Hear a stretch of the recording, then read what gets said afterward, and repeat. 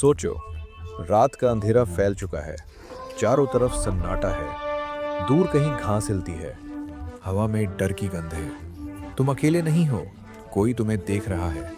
तुम्हारे पास न तेज दांत है, न लंबे नुकीले पंजे, न भारी शरीर, न तेज रफ्तार। तुम जंगल के राजा नहीं हो, तुम शिकार हो। और आज की रात तुम्हारी आखिरी रात भी हो सकती है। लाखों साल पहले अफ्रीका की धरती पर यही सच था। हमारा एक पूर्वज था, कमजोर, साधारण, असुरक्षित। हर सुबह उसकी आंख खुलती थी एक ही सवाल के साथ, क्या मैं आज जिंदा बचूंगा? चारों तरफ शेर थे, चीते थे, भूखे लकड़बग्गे थे, और वह सिर्फ एक छोटा सा जीव था। कुदरत का नियम साफ था, जो ताकतवर है वही जिंदा रहेगा, जो कमजोर है वो खत्म हो जाएगा। तो फिर सवाल उठता है, हमारी कहानी यहीं खत्म क्यों नहीं हुई?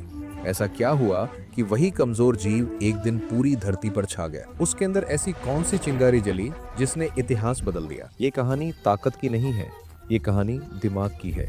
ये कहानी डर से दोस्ती करने की है। और ये कहानी शुरू होती है अफ्रीका के बदलते मौसम से। आज से करीब 40 लाख साल पहले अफ्रीका घने जंगलों से ढका हुआ था। ऊंचे पेड़, मोटी डालियां, हरियाली हर तरफ। हमारे पुराने पूर्वज पेड़ों पर रहते थे, फल खाते थे और शिकारियों से बचने के लिए ऊपर छिप जाते थे।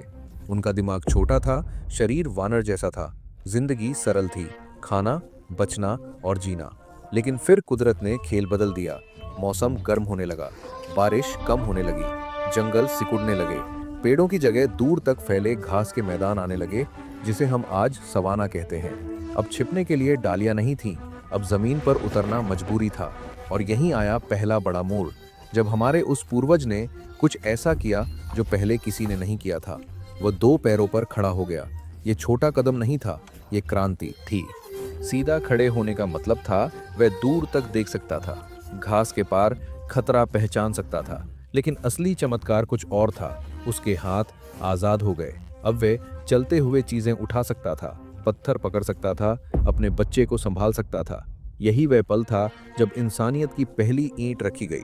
शायद उस दिन उसे खुद भी अंदाजा नहीं था कि उसके इस फैसले से भविष्य बदल जाएगा। लेकिन कहानी अभी शुरू हुई है, क्योंकि खड़ा होना सिर्फ पहला कदम था, असली खेल अभी बाकी था। आगे आने वाला बदलाव इतना बड़ा था कि उसने एक साधारण जीव को इतिहास का सबसे बड़ा खिलाड़ी बना दिया। और उस खिलाड़ी का नाम था होमो इरेक्टस। लेकिन उससे पहले हमें वक्त की घड़ी को थोड़ा और पीछे ले जाना होगा, क्योंकि हर क्रांति एक तैयारी के बाद आती है, और तैयारी शुरू हो चुकी थी। वक्त पीछे जाता है करीब 28 लाख साल पहले। अब मंच पर आता है हमारे वंश का एक नया किरदार। नाम था होमो हैबिलिस। इस नाम का अर्थ है हाथों का कुशल उपयोग करने वाला। ये कोई साधारण बदलाव नहीं था, ये सोच में बदलाव था। अब हमारे पूर्वज सिर्फ भागते नहीं थे, सिर्फ छिपते नहीं थे, अब वे सोचने लगे थे। होमो हैबिलिस ने पहली बार पत्थर को सिर्फ पत्थर की तरह नहीं देखा, उसने उसमें एक औजार देखा। उसने एक पत्थर उठाया, दूसरे पत्थर से उसे तोड़ा, एक धार बनाई। बस इतना सा काम। लेकिन यही मानव इतिहास की पहली तकनीक थी। ये औजार बड़े शिकार के लिए नहीं थे, वे अभी भी ताकतवर नहीं बने थे, लेकिन अब वे बेबस भी नहीं थे। जब कोई शेर अपने शिकार का कुछ हिस्सा छोड़ देता, तो होमो हैबिलिस खतरा उठाकर वहां पहुंचता। वह अपने पत्थर से मांस को अलग करता, हड्डी तोड़ता और हड्डी के अंदर छिपा सबसे पौष्टिक हिस्सा निकालता, बोन, मैरो। ये ऊर्जा का खजाना था। ये वही ताकत थी जिसने धीरे धीरे उनके दिमाग को बढ़ाना शुरू किया। याद रखो, दिमाग अचानक बड़ा नहीं होता, उसे ऊर्जा चाहिए। और ये ऊर्जा पके भोजन से पहले मांस और मैरो से आई। अब एक नया सच सामने आया, जिंदा रहने के लिए सिर्फ शरीर नहीं, दिमाग भी जरूरी है। होमो हैबिलिस अभी भी शिकारी नहीं थे, वे चालाक अवसर खोजने वाले थे। लेकिन उन्होंने एक आग जलाई थी, सोच की आग। और जब सोच की आग जलती है तो दुनिया बदलती है। धीरे धीरे उनका शरीर बदलने लगा, उनका दिमाग और बढ़ने लगा। और फिर करीब 19 लाख साल पहले अफ्रीका की धरती पर एक नया रूप सामने आया। वो पहले जैसा नहीं था, उसकी चाल अलग थी, उसका शरीर मजबूत था, उसकी नज़र स्थिर थी, वो ज़्यादा सीधा चलता था, और उसका नाम था होमो इरेक्टस। ये वही मोड़ था जहां कहानी ने सच में गति पकड़ी, क्योंकि होमो इरेक्टस सिर्फ जिंदा रहने नहीं आया था, वो आगे बढ़ने आया था। उसका शरीर लंबा था, उसकी टांगें मजबूत थी, उसके शरीर पर बाल कम थे, वो दौड़ सकता था लंबी दूरी तक, धूप में भी। उसका शरीर पसीने से ठंडा रहता था। जहां जानवर कुछ देर दौड़कर थक जाते, वो लगातार चलता रहता। लेकिन असली बदलाव उसके सिर के अंदर था। उसका दिमाग अपने पुराने पूर्वजों से काफी बड़ा हो चुका था। अब वो सिर्फ खतरे को नहीं देखता था, वो योजना बना सकता था, वो याद रख सकता था, वो समझ सकता था कि कल क्या हुआ था और कल क्या करना है। और सबसे बड़ी बात, वो अकेला नहीं सोचता था, अब वे मिलकर सोचते थे। झुंड अब समूह बन रहा था, समूह अब टीम बन रहा था। यहीं से मानव समाज की नींव रखी गई। लेकिन अभी भी एक चीज बाकी थी, एक ऐसा औजार जो उनकी सोच को और मजबूत करने वाला था। और वही औजार आने वाले लाखों सालों तक मानव का साथी बना रहा। कहानी अभी और गहरी होने वाली है। होमो इरेक्टस अब बदल चुका था। वो सिर्फ पत्थर तोड़ने वाला जीव नहीं था, वो सोच कर काम करने लगा था। और सोच से जन्म हुआ एक नए औजार का। ये साधारण पत्थर नहीं था, ये एक डिजाइन था। इसे हम कहते हैं हैंड एक्स, हाथ में पकड़ने वाली कुल्हाड़ी जैसा औजार। लेकिन समझो, ये सिर्फ काटने का औजार नहीं था, ये दिमाग का सबूत था। इसे बनाने के लिए पहले पत्थर चुनना पड़ता था। हर पत्थर सही नहीं होता, फिर उस पर सही जगह सही ताकत से चोट करनी होती थी। गलत चोट और पूरा पत्थर बेकार, मतलब योजना बनानी पड़ती थी। होमो इरेक्टस पहले अपने दिमाग में सोचता था कि अंतिम औजार कैसा दिखेगा, फिर वह पत्थर को वैसा आकार देता था। यह कल्पना थी, यह भविष्य देखना था। एक तरफ नुकीला सिरा, दूसरी तरफ गोल हिस्सा, ताकि हाथ में ठीक से पकड़ा जा सके। दोनों तरफ धार, इससे वह जानवर की खाल काट सकता था, मांस अलग कर सकता था, लकड़ी छील सकता था, हड्डी तोड़ सकता था, जमीन खोद सकता था। एक ही औजार, कई काम। यह उस समय का सबसे काम का साधन था। लेकिन असली बदलाव औजार में नहीं था, असली बदलाव था उसे सिखाने में। एक होमो इरेक्टस दूसरे को दिखाता था कैसे चोट करनी है, कैसे पकड़ना है, कैसे सही आकार बनाना है। मतलब ज्ञान बांटा जा रहा था। यह सिर्फ परिवार नहीं था, यह सीखने वाला समाज था। जरा कल्पना करो, नदी के किनारे एक छोटा समूह बैठा है, कुछ लोग पत्थर ला रहे हैं। एक अनुभवी सदस्य एक नौजवान को सिखा रहा है। पत्थर से पत्थर टकराने की आवाज, धीरे धीरे आकार बनता हुआ औजार। ये सिर्फ औजार नहीं था, ये मानव दिमाग का विस्तार था। और जब दिमाग योजना बनाना सीख जाता है तो अगला कदम और बड़ा होता है, क्योंकि अब होमो इरेक्टस सिर्फ औजार नहीं बना रहा था, वो अपने आसपास की दुनिया को बदलने लगा था। लेकिन असली क्रांति अभी बाकी थी। एक ऐसी खोज जिसने रात को बदल दिया, जिसने ठंड को हराया, जिसने खाना बदल दिया। वो खोज थी आग।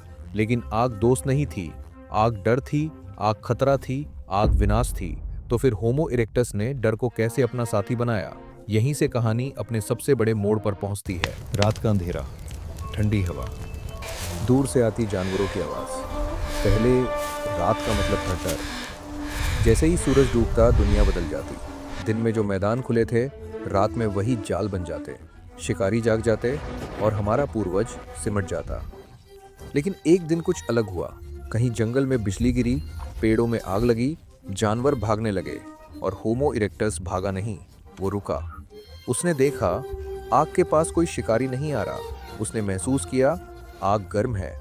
और शायद उसने एक और बात देखी, आग में जला हुआ मांस कच्चे मांस से नरम था। ये बस एक पल था, लेकिन इतिहास ऐसे ही पलों से बदलता है। शायद शुरुआत एक सुलगती टहनी से हुई, शायद किसी ने जलती लकड़ी उठा ली। धीरे धीरे उन्होंने आग को जिंदा रखना सीखा। शायद वे खुद आग जलाना नहीं जानते थे, लेकिन वे उसे संभालना जानते थे। गुफाओं में राख के निशान मिले हैं, जली हुई हड्डियां मिली हैं। ये सब एक बात कहता है, आग अब उनकी साथी थी। और यही मानव इतिहास का सबसे बड़ा मोड़ था। आग ने उन्हें 4 बड़े उपहार दिए। पहला, सुरक्षा। रात में जलती आग एक ढाल थी। शिकारी पास आने से डरते थे, अब रात सिर्फ डर नहीं थी। दूसरा, गर्मी। ठंडी हवाओं में आग ने उन्हें जिंदा रखा। अब वे सिर्फ गर्म अफ्रीका तक सीमित नहीं थे, वे ठंडे इलाकों में भी रह सकते थे। तीसरा, पका हुआ खाना। कच्चा मांस सख्त और भारी होता है, पका हुआ मांस नरम और आसान। शरीर को ज्यादा ऊर्जा मिलती है, और जब शरीर को ज्यादा ऊर्जा मिलती है तो दिमाग और बढ़ता है। ये एक शांत क्रांति थी। और चौथा, समूह। दिन भर की मेहनत के बाद सब आग के पास बैठते, खाना बांटते, इशारों में बातें करते, शायद हंसी भी होती। आग के चारों ओर समाज मजबूत हुआ। यहीं से संबंध गहरे हुए। होमो इरेक्टस ने आग बनाई नहीं, लेकिन उसने आग के डर को हराया। अब वो अंधेरे से भागने वाला जीव नहीं था, वह अंधेरे में रोशनी जलाने वाला जीव था। और जब कोई जीव डर पर काबू पा ले तो वह बदल जाता है। अब वह सिर्फ जिंदा रहने की कोशिश नहीं कर रहा था, अब वह ऊपर उठ रहा था। अब बारी थी फूड चेन में ऊपर चढ़ने की। अब वह सिर्फ बचा हुआ मांस नहीं चाहता था, अब वह खुद शिकारी बनने वाला था। और उसका तरीका ताकत पर नहीं, सहन शक्ति पर आधारित था। आने वाला अध्याय सबसे रोमांचक है, क्योंकि अब होमो इरेक्टस दौड़ने वाला था, लंबी दूरी तक बिना रुके। और यही दौड़ उसे दुनिया के नक्शे पर फैला देगी। अब होमो इरेक्टस सिर्फ सोचने वाला जीव नहीं था, वह योजना बनाने वाला जीव था। और उसकी सबसे बड़ी ताकत थी धैर्य। जरा सोचो, दोपहर की तेज धूप है, गर्मी बढ़ रही है, सवाना का मैदान खुला है, दूर एक हिरण भाग रहा है, तेज, बहुत तेज। पहले के पूर्वज शायद हार मान लेते, लेकिन होमो इरेक्टस रुकता नहीं। वह तेज नहीं दौड़ता, वह लगातार दौड़ता है। उसका शरीर पसीने से ठंडा होता रहता है, जानवर की देह जल्दी गर्म हो जाती है, वह थकने लगता है और होमो इरेक्टस बस पीछा करता रहता है घंटों तक। आखिरकार जानवर गिर जाता है। ये ताकत का खेल नहीं था, ये धैर्य का खेल था। इसे कहते हैं लगातार पीछा करके शिकार करना। यह एक नई रणनीति थी। अब वह सिर्फ मौके का इंतजार नहीं करता था, वह मौका बनाता था। लेकिन वह अकेला नहीं था, उसका समूह एक टीम की तरह काम करता था। कुछ लोग आगे से घेरते, कुछ पीछे से दबाव डालते। शिकार को एक दिशा में मोड़ा जाता, कभी किसी गड्ढे की ओर, कभी खुले मैदान की ओर।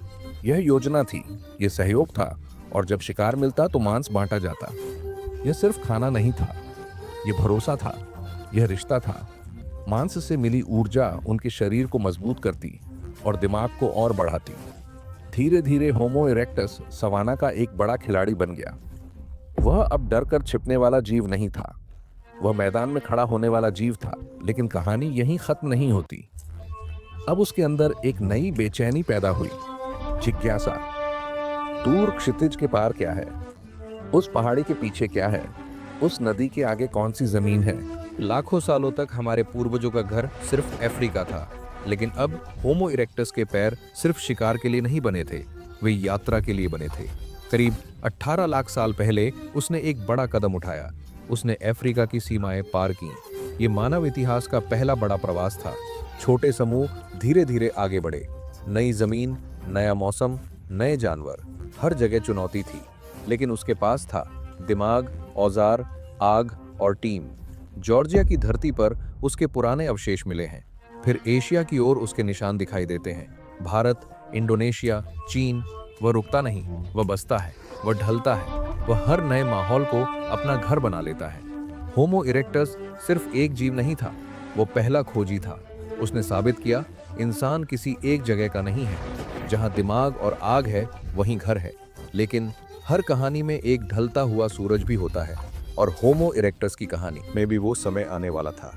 अगला भाग उसके अंत और उसकी विरासत की बात करेगा, क्योंकि असली सवाल ये है, क्या वो सच में खत्म हुआ या आज भी हमारे अंदर जिंदा है? होमो इरेक्टस की कहानी कुछ हजार साल की नहीं थी, वो लाखों साल तक जिंदा रहा। करीब 20 लाख साल पहले उसकी शुरुआत हुई और लगभग 1 लाख साल पहले उसके आखिरी निशान मिलते हैं। इतना लंबा समय किसी भी इंसानी प्रजाति के लिए अविश्वसनीय है। तुलना करो, हम होमो सेपियन सिर्फ करीब 3 लाख साल पुराने हैं। मतलब हमारे पूर्वज हमसे कहीं ज्यादा समय तक धरती पर टिके रहे। लेकिन बदलाव कभी रुकता नहीं। जलवायु बदल रही थी, मौसम कठोर हो रहे थे, नई मानव प्रजातियां उभर रही थीं। उनका दिमाग और बड़ा था, औजार और बेहतर थे, समूह और संगठित थे। धीरे धीरे पुराना खिलाड़ी पीछे छूटने लगा। इंडोनेशिया के जावा द्वीप पर हमें उसके आखिरी अवशेष मिलते हैं। शायद वही उसकी अंतिम शरण थी। फिर एक समय आया जब उसका नाम इतिहास में रह गया और शरीर मिट गया। लेकिन क्या सच में वो खत्म हुआ? नहीं, क्योंकि विकास हार नहीं होता, वह रूप बदलता है।